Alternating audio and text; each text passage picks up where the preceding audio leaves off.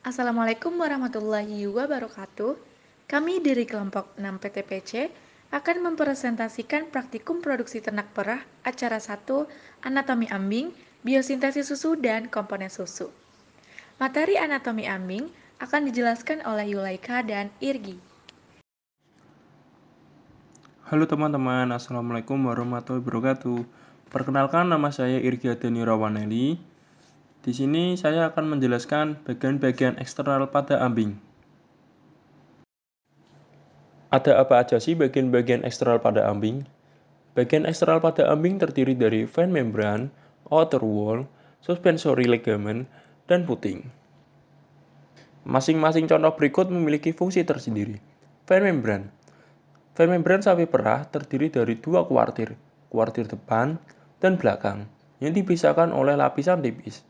Lapisan pemisah ini pada setiap kuartir menyebabkan ambing berdiri sendiri, terutama pada penampakan secara eksterior. Outer wall. Ambing pada sapi perah dilapisi oleh outer wall yang memiliki fungsi sebagai pelindung ambing. Outer wall sendiri dapat mencegah timbulnya bakteri masuk dan timbulnya tabrakan antar ambing yang keras. Suspensory ligament. Suspensory ligament merupakan dinding tengah yang memiliki fungsi sebagai pemisah antar kuartir kanan dan kuartir kiri ambing. Puting. Faktor yang memengaruhi produksi susu yang dihasilkan pada sapi perah yaitu jumlah sel sektorori di dalam jaringan ambing. Puting sendiri memiliki fungsi sebagai pengeluaran susu pada saat proses pemerahan. Puting yang normal memiliki 4 puting dan memiliki ukuran yang sama. Assalamualaikum warahmatullahi wabarakatuh. Perkenalkan, nama saya Yulaika Dwi Rohayaton dengan NIM 230110118130164. Saya Yulaika akan menjelaskan tentang interior ambing. Di dalam ambing terdapat bagian yang sangat kecil yakni alveolus yang berbentuk butiran seperti anggur. Alveolus ini tempat pertama yang berfungsi untuk pembentukan susu. Di dalam alveolus terdapat sel epitel atau disebut juga dengan sel sekretori. Juga terdapat pembuluh darah. Jika terdapat pembuluh darah yang banyak, maka susu yang dihasilkan akan berkualitas baik, karena nutrisi yang berada di dalam darah tersebut akan diserap ke dalam susu. Alveolus yang berkumpul menjadi banyak disebut dengan alveoli. Alveoli yang berkumpul banyak disebut dengan lobulus. Lobulus yang berkumpul banyak disebut dengan lobus. Fungsi dari semua bagian ini sama, yaitu tempat pembuatan susu. Susu yang telah terbentuk akan dialirkan ke gland cistern.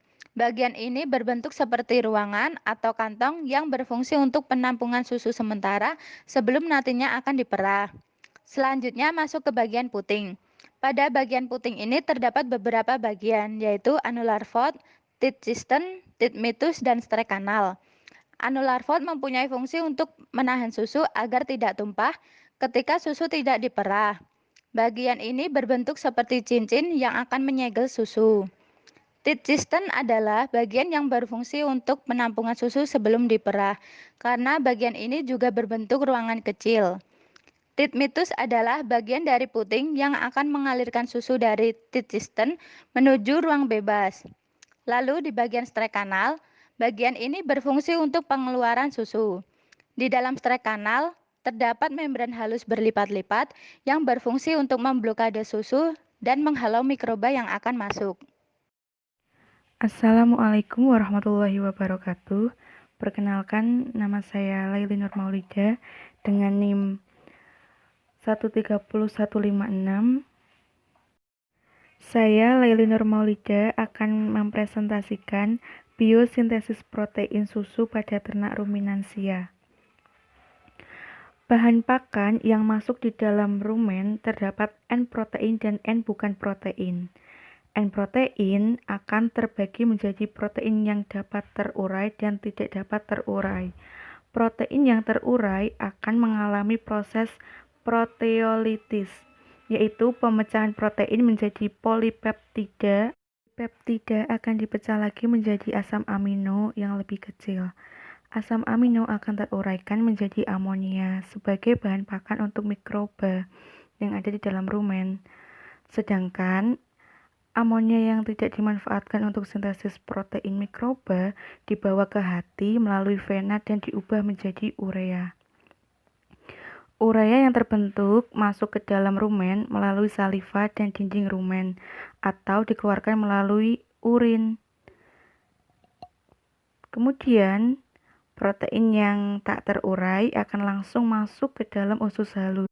Dan asam amino yang terdapat dari protein yang terurai tadi akan diserap di dalam usus halus, kemudian dialirkan melalui darah dan akan masuk ke dalam sel sekretory ambing. Melalui 3 tahap yaitu replikasi, transkripsi, dan translasi, sehingga menjadi protein susu. Sekian dan terima kasih presentasi dari saya. Selanjutnya akan dipresentasikan oleh teman saya. Terima kasih. Assalamualaikum warahmatullahi wabarakatuh. Saya Rahmanisa, NIM 30224 akan menjelaskan tentang proses biosintesis lemak. Proses biosintesis lemak diawali dari pakan masuk ke dalam rumen. Di dalam rumen, komponen pakan serat kasar difermentasi oleh mikroba rumen hingga menjadi VFA. VFA terdiri atas propionat, asetat, dan butirat. Di dalam asetat, serat kasar yang sudah difermentasi langsung masuk ke dalam usus halus. Sedangkan di dalam butirat, harus diubah terlebih dahulu oleh enzim biohidrogenase menjadi BHBA. BHBA bersamaan dengan asetat akan masuk ke dalam usus halus dan akan diserap dalam bentuk asam lemak. Kemudian asam lemak akan diedarkan melalui peredaran darah menuju sel sekretory ambing pada bagian sitoplasma. Di sitoplasma, asam lemak akan disintesis hingga menghasilkan lemak susu. Sekian penjelasan tentang proses biosintesis lemak. Materi selanjutnya akan dijelaskan oleh Malik. Terima kasih. Assalamualaikum warahmatullahi wabarakatuh. Perkenalkan, nama saya Malik Akbar Wibisono, NIM 230 10 11 81 30 139. Selanjutnya ada biosintesis laktosa. Yang pertama, apa itu laktosa? Laktosa adalah gula yang diperoleh dari dalam susu dalam bentuk anhidrat atau mengandung satu molekul air anhidrat. Biosintesis laktosa dimulai dari pakan. Pakan yang dimakan oleh ternak banyak mengandung berbagai macam nutrisi. Salah satunya adalah serat kasar.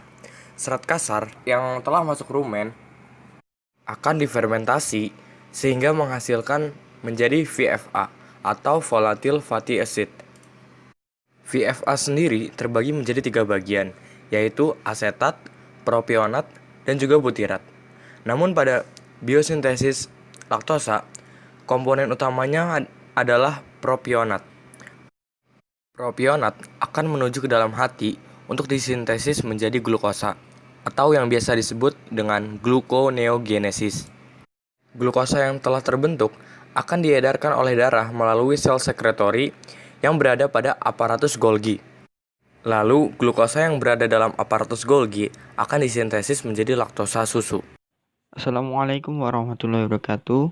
Perkenalkan, nama saya Eko Junanto dengan NIM 230101 18 13 02 19. Ini saya akan menjelaskan mengenai let-down positif atau proses pengeluaran susu yang merupakan suatu refleks sistematik di mana sisi aferen terdiri dari saraf-saraf sensorik dari kelenjar mamae terutama puting yang diawali dengan proses rangsangan seperti penghisapan puting oleh pedet, kemudian diterima oleh saraf dan dihantarkan menuju otak dan sumsum tulang belakang, lebih tepatnya di hipotalamus, dan disalurkan ke kelenjar pituitari yang melepaskan hormon oksitosin bersama dengan darah melalui vena jugularis menuju jantung dan disebarkan ke seluruh tubuh, terutama ke ambing.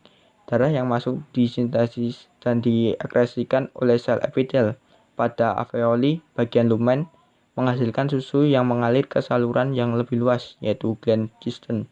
Gland cistern terhubung dengan teat cistern sebagai penampung sementara air susu.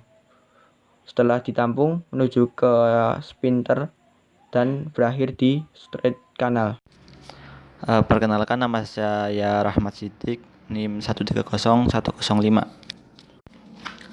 Perkenalkan, nama saya Rahmat Siddiq. Di sini saya akan menjelaskan tentang milk letdown negatif.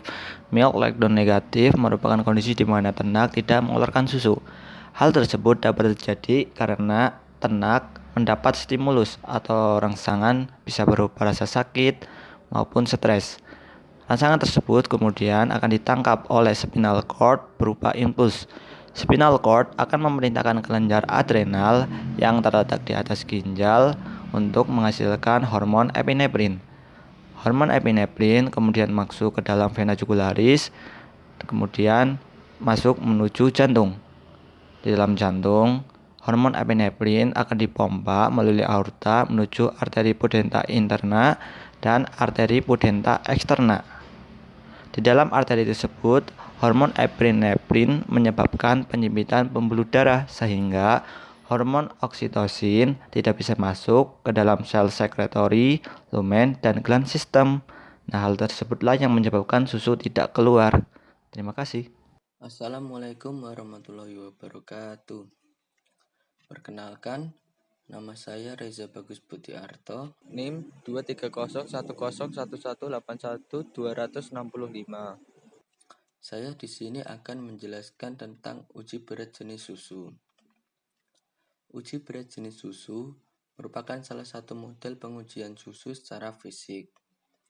Uji berat jenis susu berkaitan erat dengan kualitas susu serta kadar lemak.